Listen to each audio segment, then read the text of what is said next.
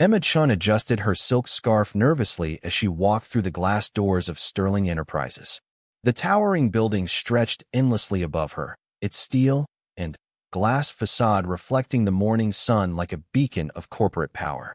She had dreamed of this moment for months, landing an interview at one of the city's most prestigious companies. But now, standing in the marble lobby with its cascading waterfall and pristine white orchids, she felt smaller than ever.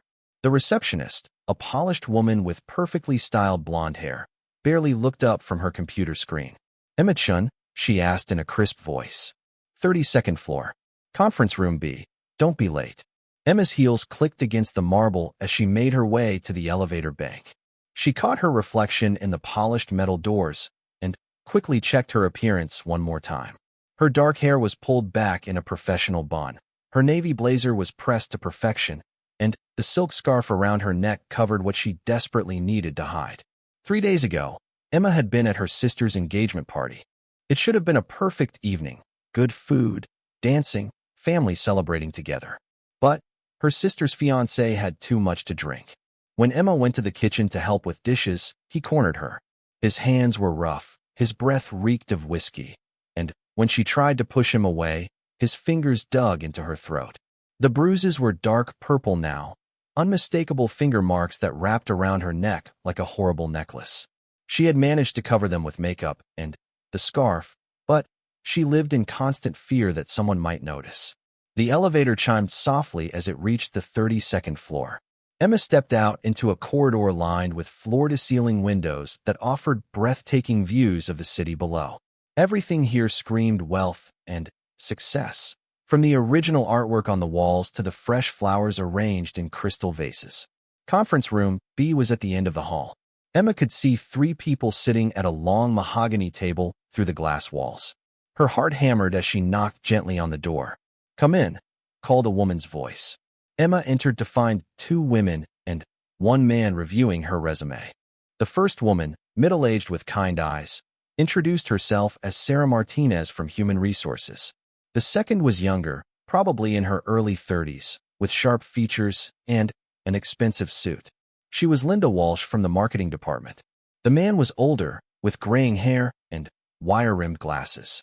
He was David Kim, the department head. "Please, have a seat," Sarah said warmly, gesturing to the chair across from them. "We're excited to learn more about you."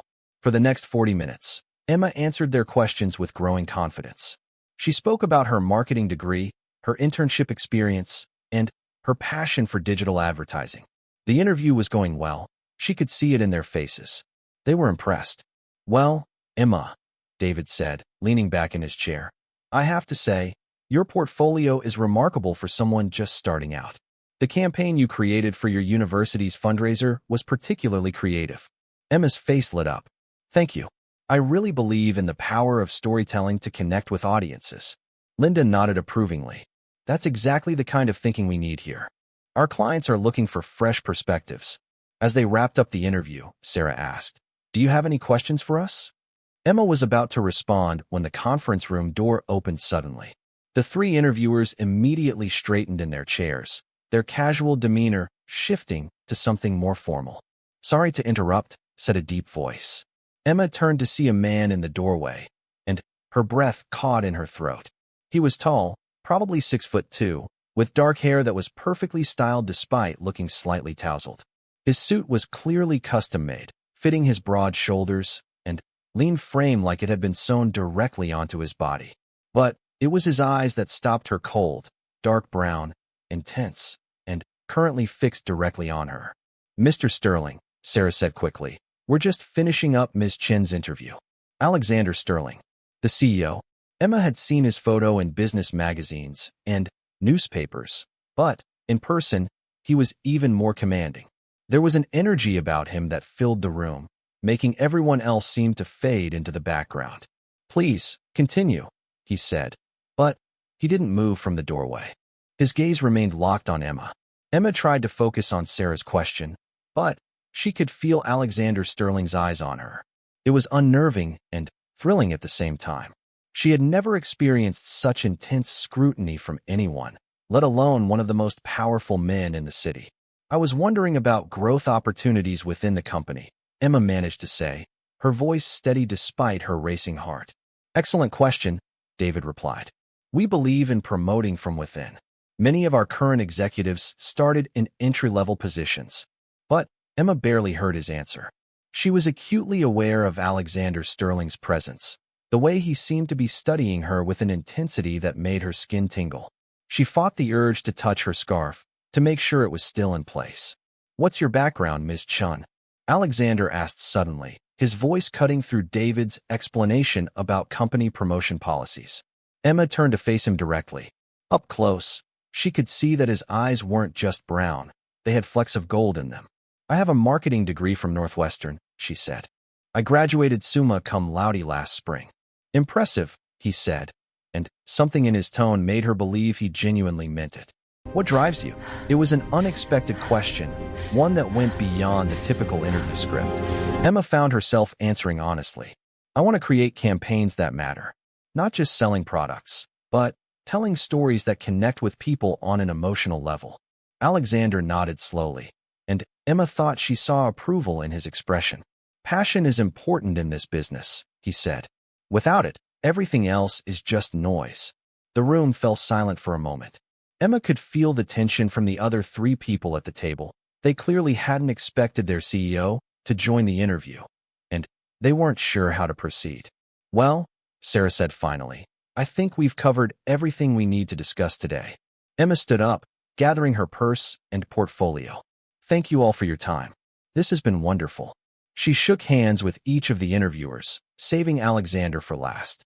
When their hands touched, she felt a jolt of electricity run up her arm. His hand was warm and firm, and he held hers just a moment longer than was strictly professional. It was a pleasure meeting you, Ms. Chun, he said, and his voice was lower now, almost intimate.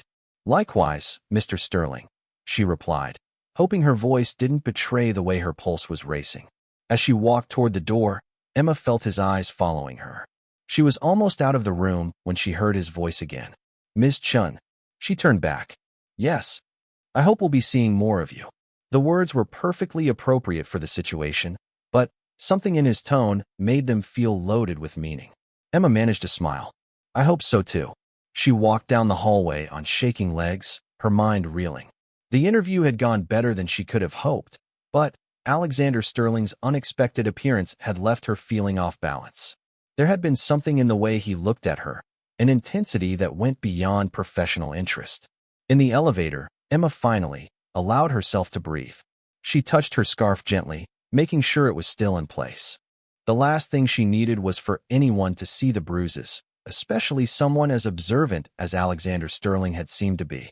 Back in conference room B, the three interviewers sat in uncomfortable silence after Emma left. It wasn't until they heard the elevator doors close that David finally spoke.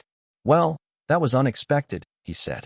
Sarah nodded, gathering up Emma's resume and portfolio.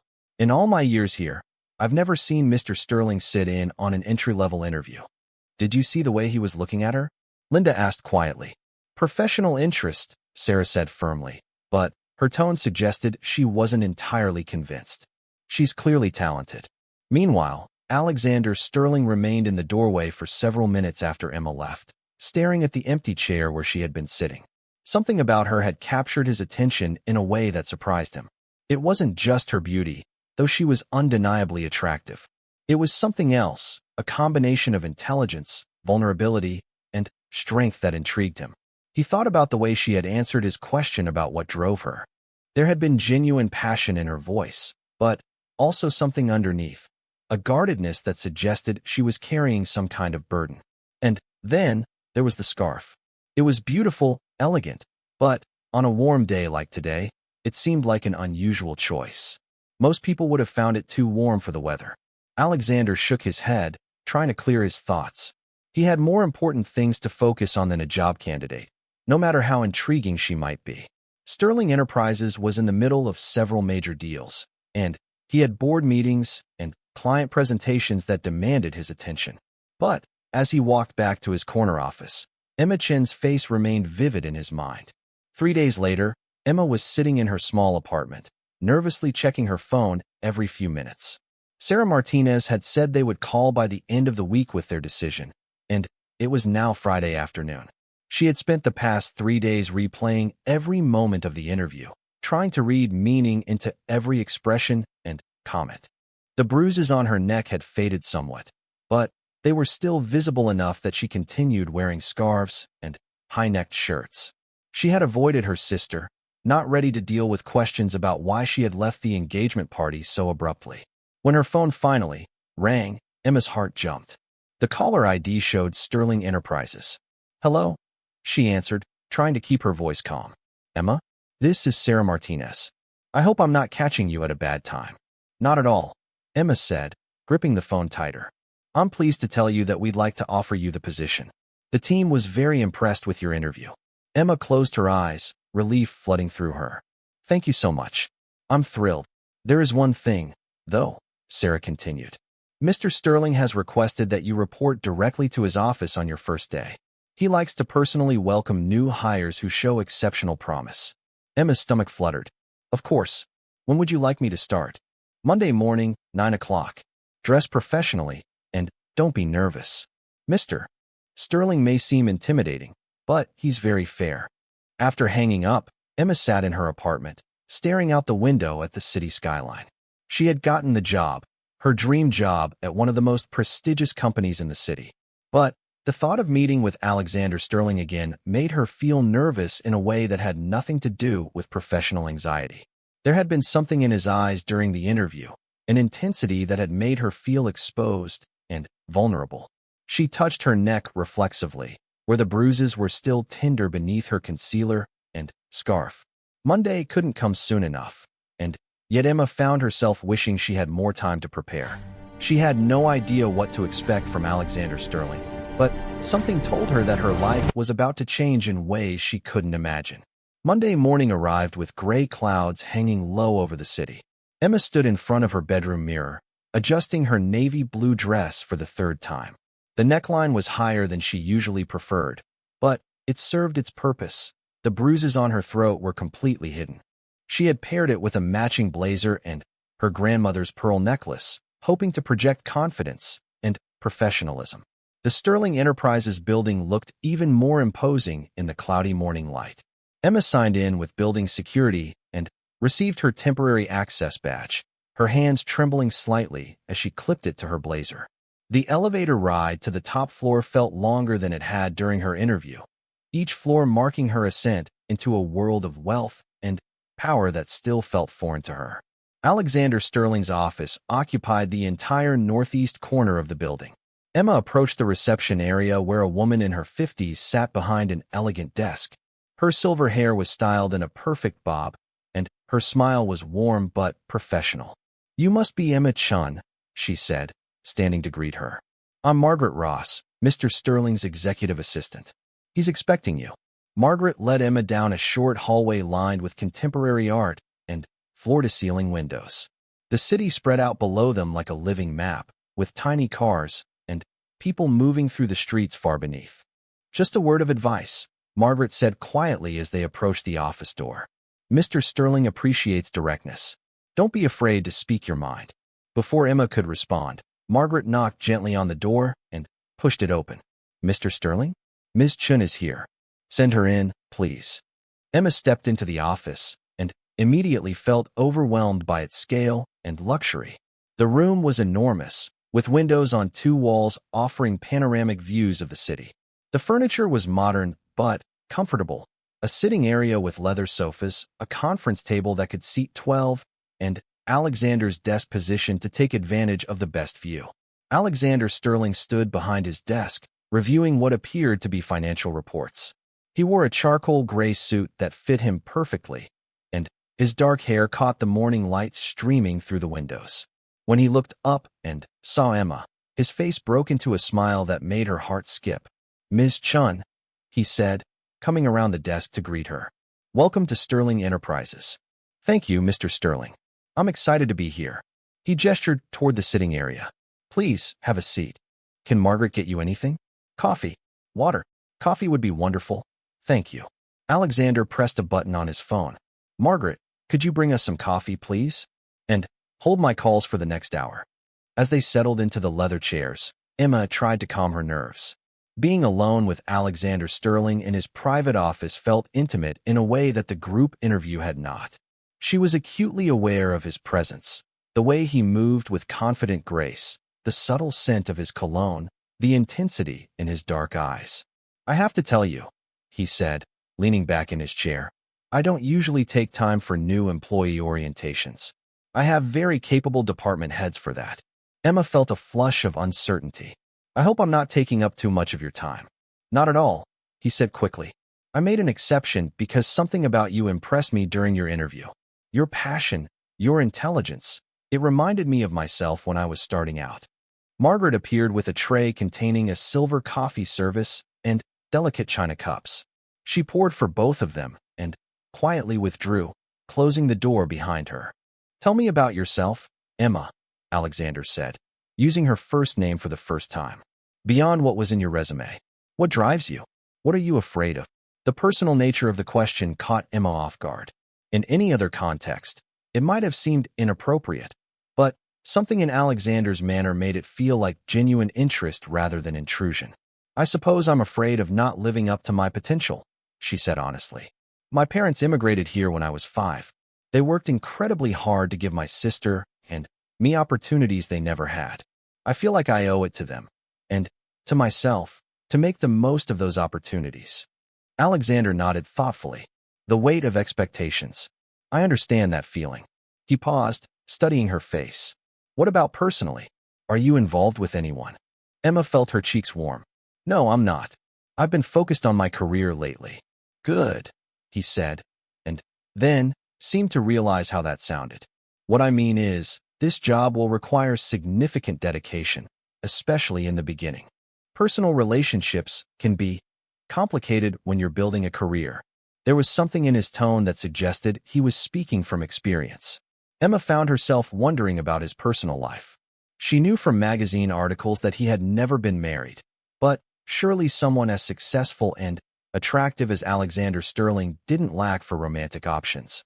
"I'm curious about something," Alexander said, setting down his coffee cup. "Your scarf during the interview. It was beautiful. Very elegant. Today you're wearing pearls. You have excellent taste in accessories."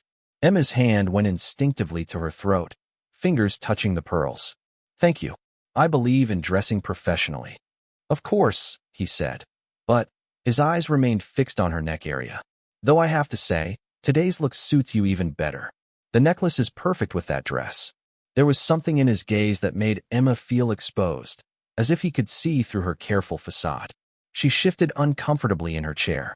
"Let me show you something," Alexander said, standing and walking to a cabinet against the far wall. He returned with a leather portfolio containing what appeared to be design mock-ups and marketing materials. "This is our next major campaign," he said, sitting down closer to Emma than he had been before. "We're launching a new luxury watch line, and we need someone with fresh ideas to help position it in the market." As he opened the portfolio, Emma caught his scent more strongly, something expensive and masculine that made her pulse quicken. He leaned closer as he explained the project, his shoulder almost touching hers. "The target demographic is young professionals," he continued. "People who are succeeding but still hungry for more. Like you." Emma tried to focus on the materials he was showing her, but she was distracted by his proximity. She could feel the warmth radiating from his body, could see the fine texture of his shirt, and the way his cufflinks caught the light. "What do you think?" he asked. "What would appeal to someone in your position?" Emma forced herself to concentrate on the question. "I think the key is aspiration," she said. "The watch isn't just about telling time. It's about making a statement. It says I've arrived, but I'm still climbing." Alexander's eyes lit up. "Exactly. That's exactly the kind of insight I was hoping for." He closed the portfolio and leaned back, studying her again. "You're going to do very well here, Emma." The way he said her name sent a shiver down her spine.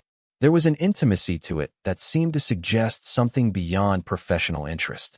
"I should probably let you get to the marketing department," Alexander said. But he made no move to end their meeting.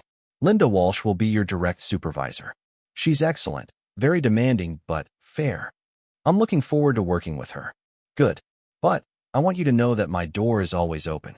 If you have any concerns, any problems at all, I want you to come to me directly. Emma nodded. Thank you. That's very generous. It's not generosity, he said, his voice dropping slightly. I take personal interest in employees who show exceptional promise. And Emma, I believe you have tremendous potential. The weight of his gaze made her feel breathless. There was something happening between them, an undercurrent of attraction that was both thrilling and terrifying. Emma had never experienced anything like it. I should go, she said, standing up perhaps a bit too quickly. Alexander rose as well, moving closer to her. Of course, I don't want to keep you from your first day. As they walked toward the door, Emma was hyper-aware of him beside her. When they reached the threshold, he placed his hand gently on her lower back to guide her through the doorway. The touch was brief and could have been considered merely polite, but it sent electricity through her entire body. Emma, he said as she stepped into the hallway. She turned back to face him. Yes. Welcome to the family. The way he said it made it sound like more than just a corporate pleasantry. It sounded like a promise. Emma spent the rest of the morning in human resources, filling out paperwork and attending orientation sessions. But her mind kept drifting back to her meeting with Alexander. The intensity in his eyes, the way he had looked at her, the casual intimacy of his touch. It all felt significant in a way that went beyond normal professional interaction. When she finally made it to the marketing department just before lunch, Linda Walsh was waiting for her with a warm smile. There's our new star, Linda said. I heard you had quite the meeting with Mr. Sterling this morning. He was very welcoming, Emma said carefully. I'll bet he was, Linda replied with a knowing look. In 15 years with this company, I've never known him to spend an hour with a new hire. You must have made quite an impression. Emma felt heat rise in her cheeks. I hope it was a good one. Oh, I'm sure it was, Linda said. Come on, let me show you to your office. Emma's office was small but well-appointed, with a window view of the city and everything she needed to get started. Linda introduced her to the rest of the marketing team, a group of creative, ambitious people who welcomed her warmly. As the day progressed, Emma threw herself into learning about current campaigns and company procedures. But she found it difficult to concentrate fully.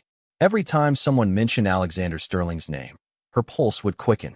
She kept replaying moments from their meeting, the way he had studied her face, the warmth in his voice when he said her name, the brief touch of his hand on her back. Around 3 o'clock, Margaret Ross appeared at Emma's office door. Miss Chun, Mr. Sterling would like to see you in his office. Emma's heart jumped. Is everything all right? Oh yes, nothing to worry about. He just wanted to check on how your first day is going. Emma followed Margaret back to the executive floor, her mind racing. Why would Alexander want to see her again so soon? Had she done something wrong? Or was this another sign of the unusual interest he seemed to be taking in her? When she entered his office, Alexander was standing at the windows, looking out at the city. The afternoon light cast his profile in sharp relief, highlighting the strong line of his jaw and the slight curl in his dark hair. Emma, he said, turning as she approached. How has your first day been? Very good, thank you. Everyone has been incredibly welcoming. Excellent. He moved closer to her, close enough that she could see the gold flecks in his brown eyes. I wanted to check on you personally. Starting a new job can be overwhelming. I appreciate that, but I'm managing fine. Good. He was quiet for a moment, studying her face. There's something else. I'm having a small dinner party this Friday evening, some clients and key employees. I'd like you to attend. Emma was surprised. Me? But I just started today, which is exactly why I want you there. You bring a fresh perspective, and I think our clients would find your insights valuable. He paused. Besides, it would give us a chance to continue the conversation we started this morning. The way he said it made Emma's pulse quicken. There was something in his tone that suggested the dinner party was as much about seeing her again as it was about business. Yes, I'd be honored to attend, she managed to say. Wonderful. It's at my home in the hills. I'll have Margaret send you the details. He smiled, and Emma felt that familiar flutter in her stomach. I think you'll enjoy it. And Emma? Yes. We're something special. You'll want to make an impression. As Emma left his office for the second time that day, her head was spinning. Alexander Sterling's attention was flattering and exciting, but it also felt dangerous in a way she couldn't quite articulate. She was a new employee. He was the CEO, There were professional boundaries that shouldn't be crossed. But, as she thought about the way he had looked at her, the warmth in his voice when he spoke her name, she couldn't deny the attraction she felt.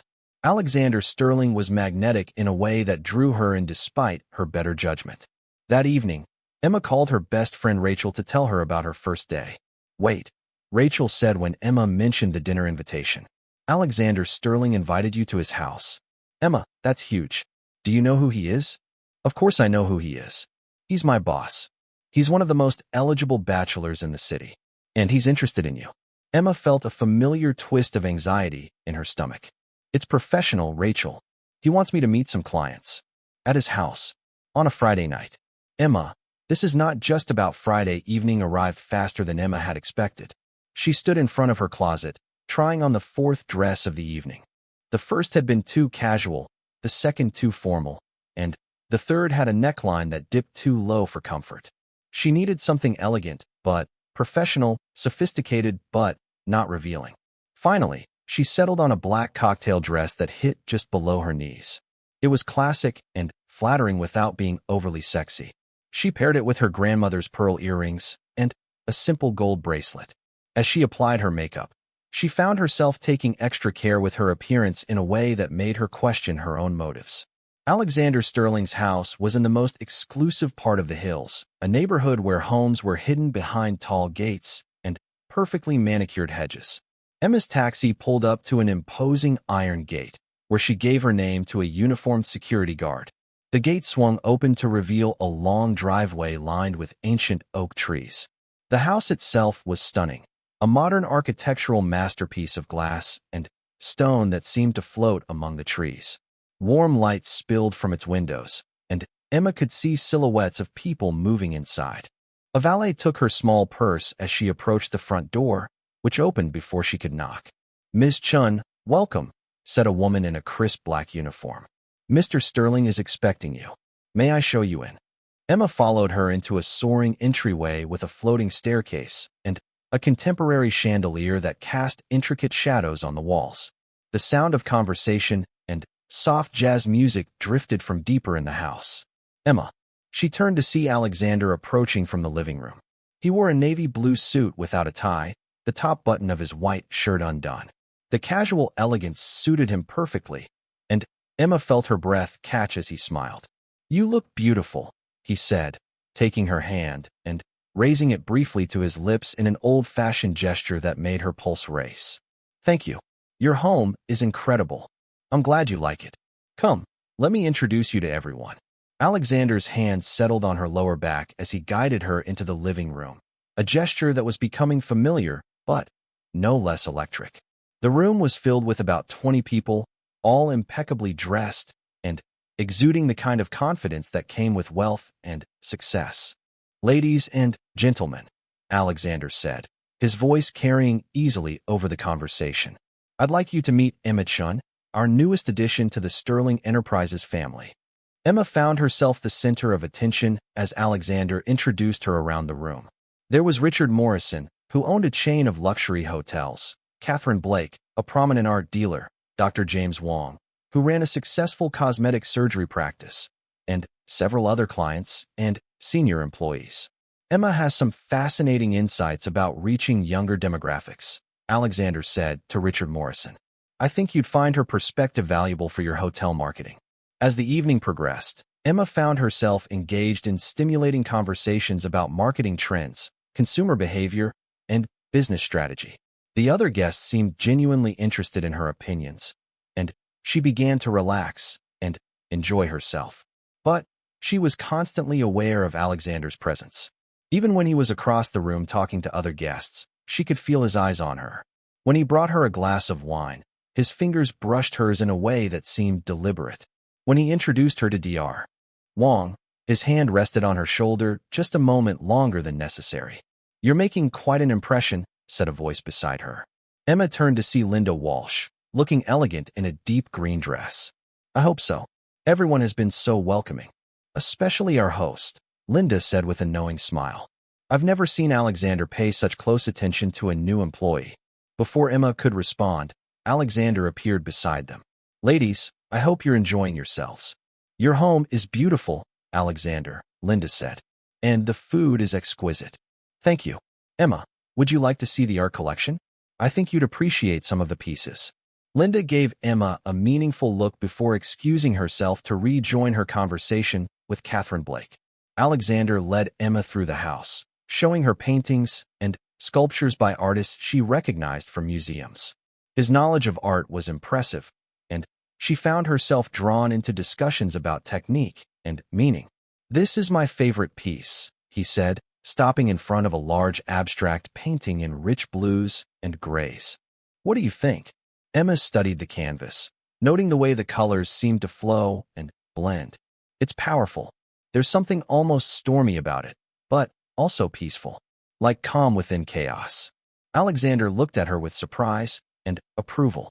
That's exactly how I've always seen it. Most people find it too intense. They were standing close together in the dimly lit hallway, and Emma was acutely aware of Alexander's proximity. The sounds of the party seemed far away, creating an intimate bubble around them. Emma, he said softly, there's something I want to tell you. Before he could continue, they were interrupted by the arrival of another guest, a tall, blonde woman in a stunning red dress who seemed to glide rather than walk. Alexander, darling, she said, kissing him on both cheeks in a way that suggested familiarity. I'm so sorry I'm late. The gallery opening ran longer than expected. Alexander's expression shifted, becoming more guarded. Victoria, I didn't expect to see you tonight. When have I ever missed one of your parties? Victoria's eyes settled on Emma with obvious curiosity. And who is this lovely young woman? Victoria Ashford. This is Emma Chun. Emma is our newest team member. Victoria owns the Ashford Gallery downtown. Victoria extended a perfectly manicured hand. Charmed. Are you enjoying your first week with Sterling Enterprises? Very much, thank you. Victoria's smile was polite but cool, and Emma sensed an undercurrent of tension between her and Alexander. There was history there, clearly romantic, and Victoria's possessive body language suggested it might not be entirely in the past. Alexander, we should discuss the exhibition plans, Victoria said, linking her arm through his. Perhaps we could step outside? Alexander glanced at Emma apologetically. Of course. Emma, please excuse me for a few minutes. Feel free to mingle. As Emma watched them walk toward the terrace, she felt a stab of something that might have been jealousy. Victoria was stunning, sophisticated, and clearly comfortable in Alexander's world in a way that Emma wasn't sure she ever would be. She returned to the living room, where she was quickly drawn back into conversations with the other guests. But part of her attention remained focused on the terrace, where she could see Alexander and Victoria in what appeared to be an intense discussion. Don't let Victoria bother you, said a voice beside her. Emma turned to see Dr. Wong, holding 2 glasses of champagne. He offered her one with a kind smile. I'm sorry, Victoria Ashford. I saw the way you looked when she arrived. She and Alexander have a complicated history. Oh, it's not my concern, Emma said quickly. Mr. Sterling and I have a professional relationship. Dr. Wong's knowing smile suggested he didn't entirely believe her. Of course, but for what it's worth, I've known Alexander for 10 years, and I've never seen him look at anyone the way he looks at you. Emma felt heat rise in her cheeks. I think you might be misreading the situation. Perhaps, he said diplomatically. But Alexander is a good man, despite what some people think. He's just intense. When he wants something, he pursues it with complete focus. The way Dr. Wong said it made Emma feel both thrilled and nervous. Was she something Alexander wanted to pursue? 20 minutes later, Alexander returned to the party alone. Victoria was nowhere to be seen, and Alexander's expression was carefully neutral. He rejoined the group, but Emma noticed that some of his earlier warmth seemed to have dimmed. As the evening wound down and guests began to leave, Emma found herself among the last to go. Alexander insisted on walking her to where the valet had brought her taxi. I hope you enjoyed yourself tonight, he said as they stood beside the car. I did very much. Thank you for including me. I'm glad. He was quiet for a moment, studying her face in the soft light from the house. Emma, what happened earlier? Victoria's arrival. I want you to know that whatever you might have heard about us, it's in the past. Emma was surprised by his directness. You don't owe me any explanations, Mr. Sterling.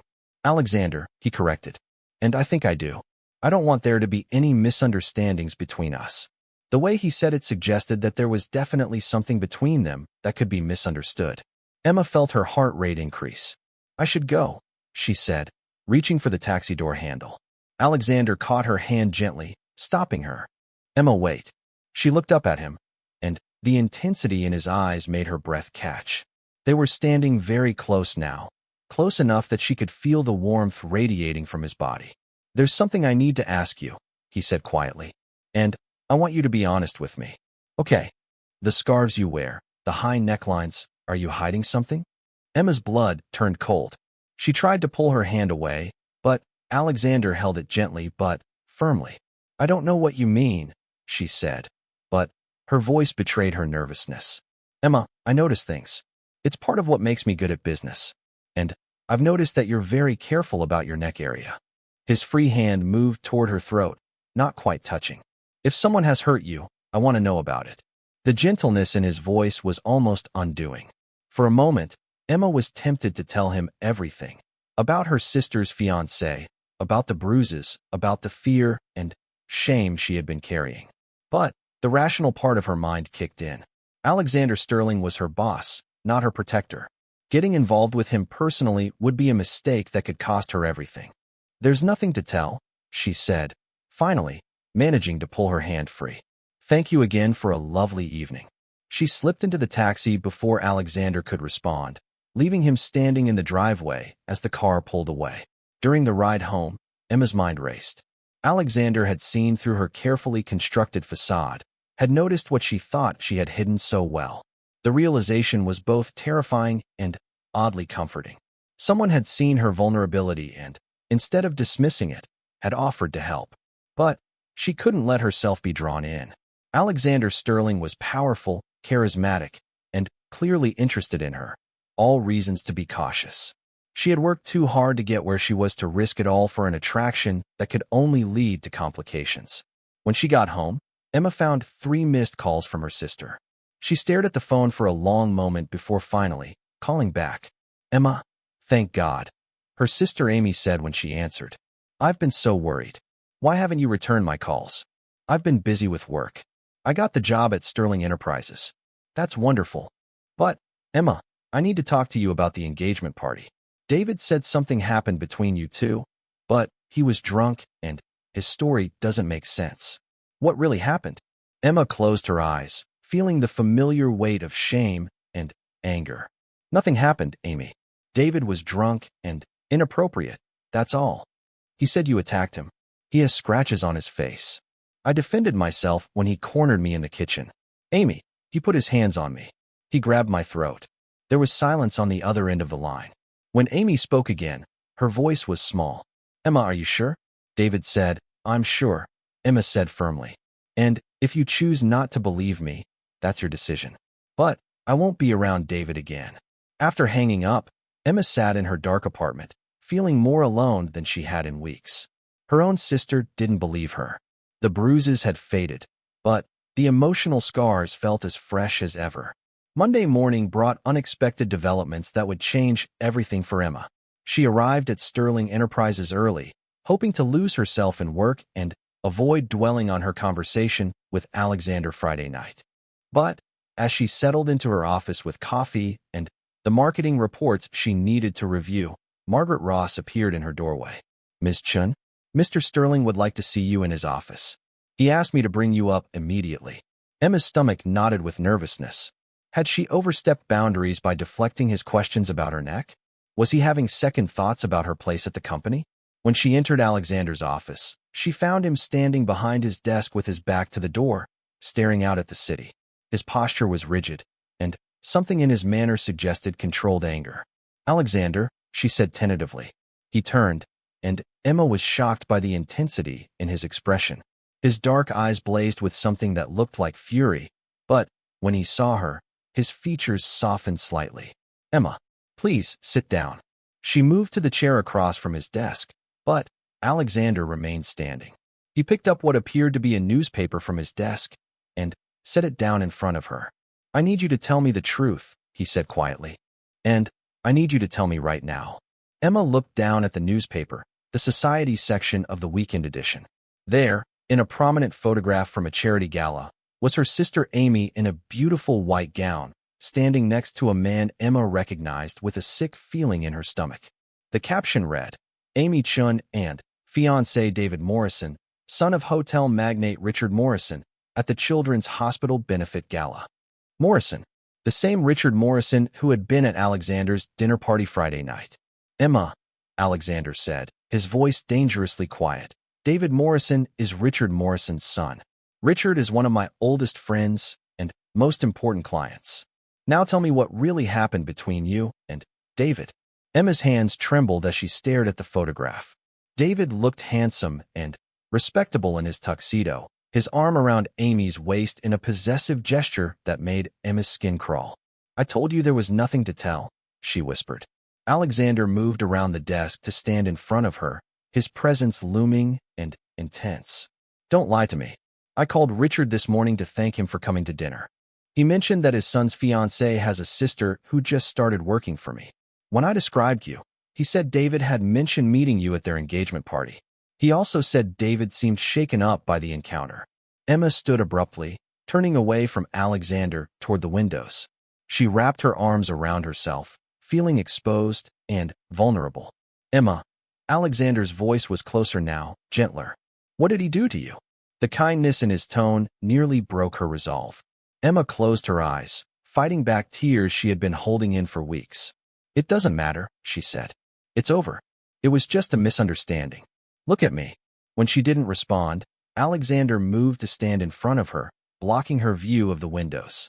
His hands came up to rest gently on her shoulders. "Emma, look at me." She raised her eyes to his, and the compassion she saw there nearly undid her completely.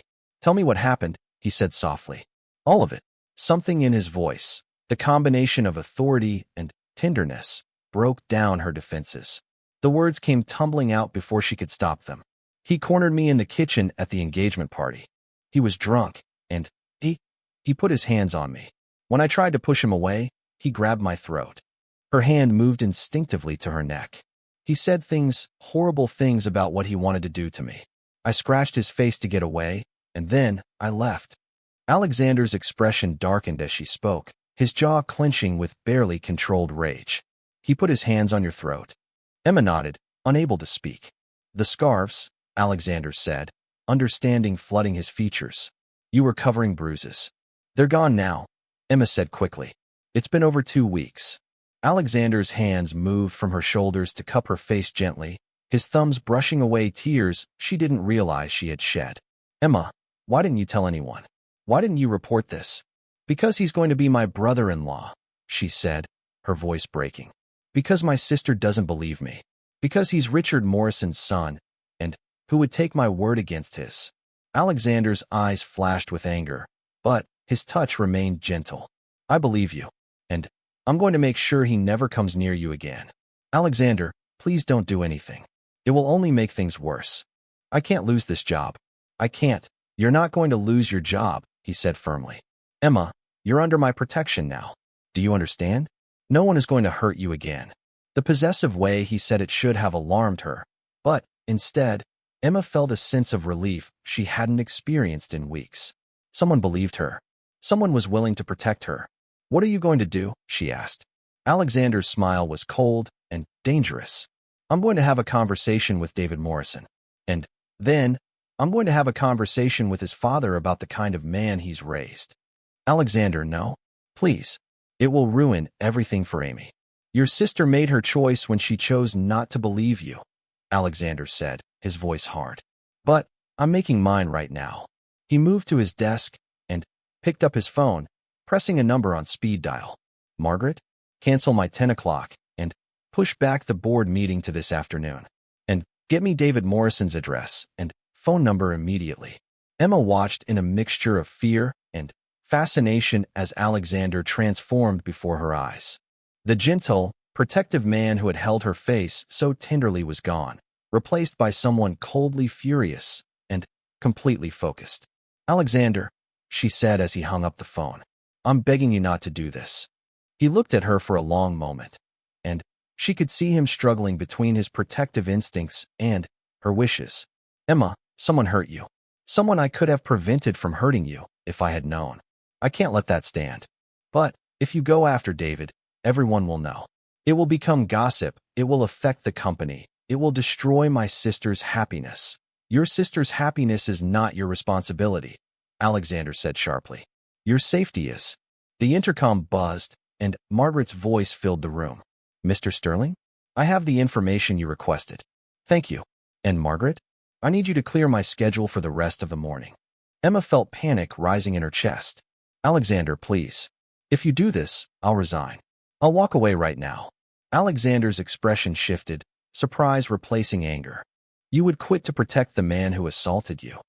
I would quit to protect myself from becoming the center of a scandal that will follow me for the rest of my career. They stared at each other for a long moment, and Emma could see Alexander weighing his options. Finally, he moved to sit on the edge of his desk, running a hand through his hair in frustration. What do you want me to do, Emma? Pretend this never happened?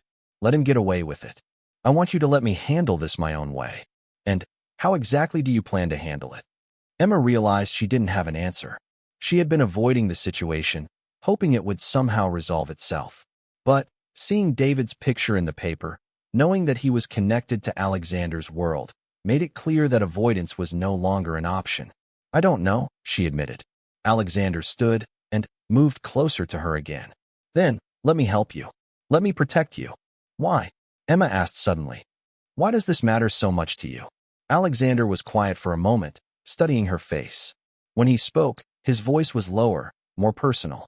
Because in the past 2 weeks, you've become important to me in a way I didn't expect. Because when I look at you, I see someone worth protecting. Because the thought of someone hurting you makes me want to burn the world down. The intensity in his voice made Emma's breath catch. There was no pretending anymore that this was just professional interest. Alexander, I know this is complicated, he said, moving closer. I know I'm your boss. I know there are boundaries. But, Emma, what I feel for you goes beyond all of that. He was standing close enough now that Emma could feel the warmth radiating from his body, could see the gold flecks in his dark eyes that had fascinated her from their first meeting. This is a bad idea, she whispered. Probably, he agreed, his hand coming up to trace the line of her jaw. But I don't care. Before Emma could protest or step away, Alexander's mouth was on hers. The kiss was gentle but insistent, full of the passion he had been holding back since their first meeting. Emma felt her resolve crumble as she kissed him back, her hands fisting in the lapels of his suit jacket. When they finally broke apart, both were breathing hard. Alexander rested his forehead against hers, his hands framing her face. Emma, he said softly, I'm going to ask you one more time. Let me take care of this. Let me take care of you. Looking into his eyes, seeing the genuine concern and protectiveness there, Emma felt her defenses finally crumble completely. Okay, she whispered. But not by confronting David directly. There has to be another way. Alexander's smile was both tender and predatory. Trust me, I have ideas. Over the next hour, Alexander explained his plan. Instead of confronting David Morrison directly, he would use his considerable influence and business connections to make David's life very difficult. A few strategic phone calls would ensure that David found himself unemployed, his trust fund frozen pending accounting irregularities, and his reputation in social circles quietly destroyed. It's elegant, Alexander explained, and untraceable. David will know he's being punished, but he won't be able to prove anything or retaliate against you. Emma listened with growing amazement and no small amount of fear. This glimpse into Alexander's world of power and influence was both impressive and terrifying. Is this how you handle all your problems? She asked. Only the ones that matter to me, he replied, his eyes never leaving her face. As the morning wore on, Emma found herself drawn deeper into Alexander's orbit.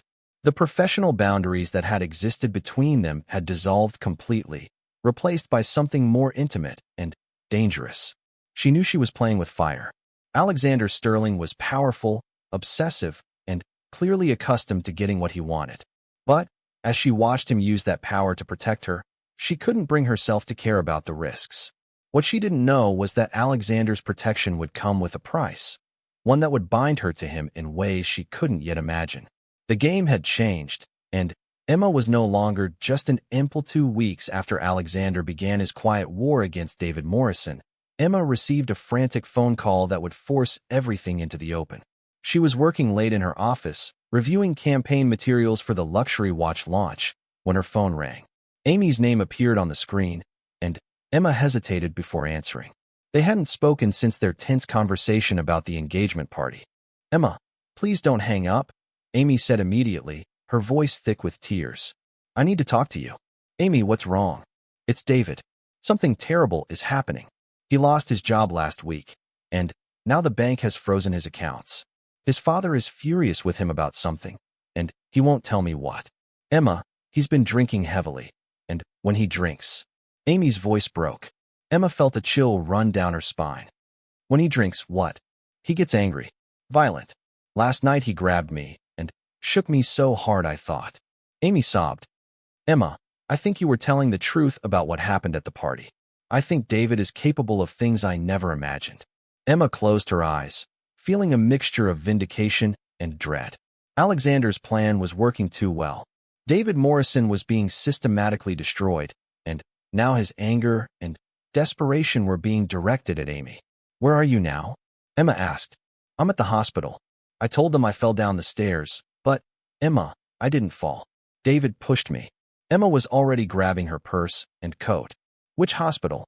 "I'm coming right now." 20 minutes later, Emma found Amy in the emergency room waiting area, her left arm in a sling and a small bandage on her forehead. When Amy saw her, she broke down completely. "I'm so sorry," Amy sobbed as Emma held her. "I should have believed you. I should have listened." "It's okay," Emma said, though her heart was breaking for her sister. "What matters now is that you're safe." "But I'm not safe," Amy whispered. "David has been calling and texting all night. He says he's coming to find me, says he's going to make me pay for ruining his life." "Emma, I don't know what to do." Emma's phone buzzed with a text message. Her blood ran cold when she saw it was from an unknown number. "Tell your sister that what happened to her is just the beginning. You destroyed my life, and now I'm going to destroy yours. Both of yours." Emma showed the message to Amy, who went pale. "That's David's new number. He got a new phone after his father canceled his plan." Fear and rage warred in Emma's chest. This was her fault. She had let Alexander unleash his power against David, and now David was retaliating against the only targets he could reach, Amy and herself. "Amy, you can't go home. Do you have somewhere safe you can stay?" "I don't know. David knows all my friends. He knows our parents' address." Emma made a decision that would change everything. "Come with me. I know someone who can help." An hour later, Emma and Amy sat in Alexander's living room while he paced in front of the fireplace like a caged predator. When Emma had called him from the hospital, he had immediately left a board meeting and arranged for a car to bring them to his house. "This is my fault," he said, his voice tight with controlled fury. "I pushed Morrison too hard, too fast. I didn't consider that he might retaliate."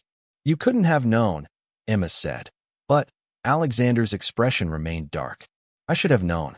Men like David Morrison are cowards, but they're dangerous when they're cornered."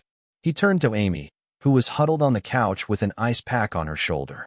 "I'm sorry about what happened to you. I take full responsibility." Amy looked confused. "I don't understand. How is this your fault?" Emma and Alexander exchanged glances. They hadn't told Amy about Alexander's campaign against David, only that David's recent troubles might be connected to his assault on Emma. "Your fiancé attacked your sister," Alexander said simply. "I made sure he faced consequences for that." "What kind of consequences?" Alexander's smile was cold. "The kind that matter to men like him.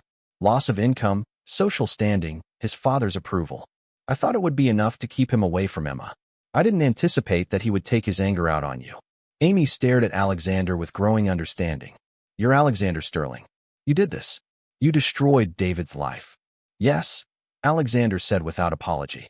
"And I'm not finished with him yet." Emma's phone buzzed again. Another message from David. "I know where you work. I know where you live. I'm coming for both of you tonight." Alexander saw Emma's expression and took the phone from her hands. His face darkened as he read the message. "That's enough," he said quietly, but there was something lethal in his tone. He pressed a number on his phone. "Marcus? I need you here immediately. Bring the team." Who are you calling? Emma asked. Private security.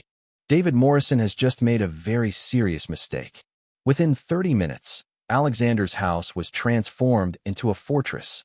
6 men in dark suits took positions around the property, while Marcus Chun, no relation to Emma, despite the shared surname, set up a command center in Alexander's study with multiple computer screens showing feeds from security cameras. Mr. Sterling, Marcus reported, we've located David Morrison. He's currently at a bar downtown, but he's been making calls about acquiring a weapon. Alexander's expression became granite. Handle it. What does that mean? Amy asked nervously.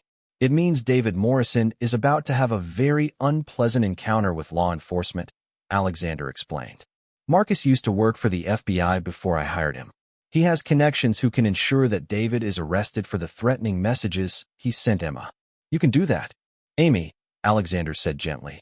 I can do a great deal more than that. The question is whether it's necessary. Over the next several hours, the situation escalated rapidly. David Morrison was indeed arrested for making terrorist threats via electronic communication, but he made bail within 6 hours. His first stop was Emma's apartment building, where he was stopped by 2 of Marcus's men. He's becoming increasingly unhinged, Marcus reported to Alexander. My contacts at the police department say he was ranting about revenge and destroying lives. He specifically mentioned both sisters by name. Alexander made a decision that would bind Emma to him permanently. Emma, he said, taking her hands in his, I want you to move in with me. Emma stared at him in shock. Alexander, we've known each other for 3 weeks. And, in those 3 weeks, David Morrison has proven that he's willing to escalate his behavior to dangerous levels. Emma, I can protect you here. I have security, resources, everything needed to keep you safe. What about Amy? Amy too, if she wants. But, Emma, this isn't just about protection anymore. These past weeks, what's happened between us? I don't want you to leave. Emma looked into Alexander's dark eyes and saw something that took her breath away. It wasn't just desire or possessiveness, it was genuine love. Somewhere in the midst of all this chaos, Alexander Sterling had fallen in love with her. Alexander, she whispered, this is crazy. Maybe, he agreed. But I'm crazy about you. Emma, I've spent my entire adult life building walls, keeping people at a distance. But, you broke through all of that without even trying. Before Emma could respond, Amy spoke up from the couch where she had been quietly listening. Emma, Amy said, he's right. About David, I mean. I saw something in David's eyes last night that scared me more than anything I've ever seen. He's not going to stop. Emma looked between Alexander and her sister, feeling the weight of the decision. Moving in with Alexander would change everything. Their relationship would no longer be secret, and she would be completely dependent on him for protection and shelter. But the alternative, living in fear, waiting for David to make good on his threats, was worse. Okay, she said finally. But just temporarily, until David is dealt with permanently. Alexander's smile was triumphant, but there was something possessive in his expression that made Emma wonder what she had just agreed to. That night, as Emma lay in the guest bedroom of Alexander's house with Amy sleeping in the room next door, she received a text from an unknown number. This isn't over. I know where you're hiding now. Sterling thinks he can protect you, but he can't watch you every second of every day. I'm patient. I can wait. Emma stared at the message, feeling ice in her veins.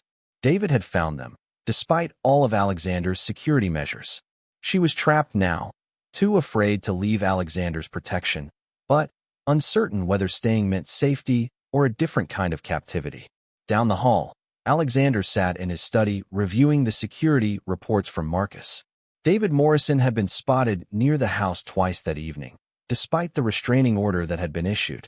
It was clear that legal measures weren't enough. Alexander made a phone call to someone he hadn't spoken to in 5 years, someone from his past who specialized in making problems disappear permanently. Vincent, it's Alexander Sterling. I need a favor. As dawn broke over the city, Emma woke to find Alexander sitting in a chair beside her bed, fully dressed despite the early hour. What's wrong? She asked, sitting up. David Morrison was found dead in his apartment this morning, Alexander said quietly. Apparent suicide. He left a confession letter admitting to assaulting you and threatening both you and Amy. Emma stared at him in shock. He's dead. Yes. It's over, Emma. You're safe now. Something in Alexander's tone made Emma study his face carefully. Alexander, did you? I protected you, he said simply. That's all that matters. Emma felt a chill that had nothing to do with the morning air. David Morrison was dead, and she was safe.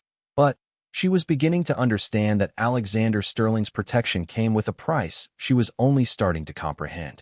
What happens now? She whispered. Alexander leaned forward and took her hands in his. Now you stay with me. Not because you have to, but because you want to. Emma, I love you.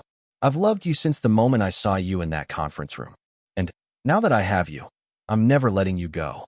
Looking into his dark eyes, Emma realized that she had traded one form of captivity for another. But as Alexander's lips met hers in a kiss that was both tender and possessive, she found that she no longer cared about the difference. She was Alexander Sterling's now, completely and irrevocably. And despite everything that had happened, despite the questions she was afraid to ask, and the answers she might not want to hear, she knew she wouldn't have it any other way. The mark on her neck had led to this moment, to Alexander's obsession, to David's destruction, and ultimately to her own transformation from a frightened victim into the cherished possession of the most powerful man in the city. Emma Chun had gotten exactly what she thought she wanted: safety, love, and protection. That it had come wrapped in velvet chains only made it more precious and more impossible to escape. But as Alexander's arms tightened around her and she felt his heart beating against hers, Emma realized that she no longer wanted to escape. She was exactly where she belonged, in the arms of a man who would burn the world down to keep her safe. The story that had begun with bruises on her neck had ended with her heart in Alexander Sterling's hands. And for the first time since that terrible night at Amy's engagement party, Emma Chin felt completely protected and utterly, irrevocably loved. Oye with a secret. She was Alexander Sterling's obsession, and he had no intention of letting her go. That afternoon, David Morrison received a phone call that would change his life. 3 of his job interviews were suddenly canceled. His bank called to inform him that his accounts were being reviewed for suspicious activity. And his father received a very interesting phone call from Alexander Sterling about the kind of man his son really was. Emma didn't know about any of this yet, but she would soon learn that when Alexander Sterling decided to protect someone, he did it with the same ruthless efficiency he brought to everything else in his life. And she was about to discover that being under Alexander Sterling's protection was both the safest and most dangerous place she could possibly be. She thought about Alexander's words in the driveway, the way he had looked at her when he asked if someone had hurt her. There had been genuine concern in his voice, a protectiveness that she had never experienced before. But getting involved with Alexander Sterling would be playing with fire. He was her boss, he was powerful, and he clearly had his own complications, like beautiful ex-girlfriends who showed up unannounced at his parties. Emma went to bed that night determined to keep things professional between them. But as she drifted off to sleep, she couldn't stop thinking about the warmth in Alexander's dark eyes, and the way he had said her name like it meant something special. Monday morning would bring new challenges, and Emma had the distinct feeling that Alexander Sterling was just getting started with his pursuit of answers, and of her business. After hanging up, Emma sat in her apartment, staring out at the city lights. Rachel was right. Alexander's invitation felt personal. But what scared her most was how much she wanted it to be personal.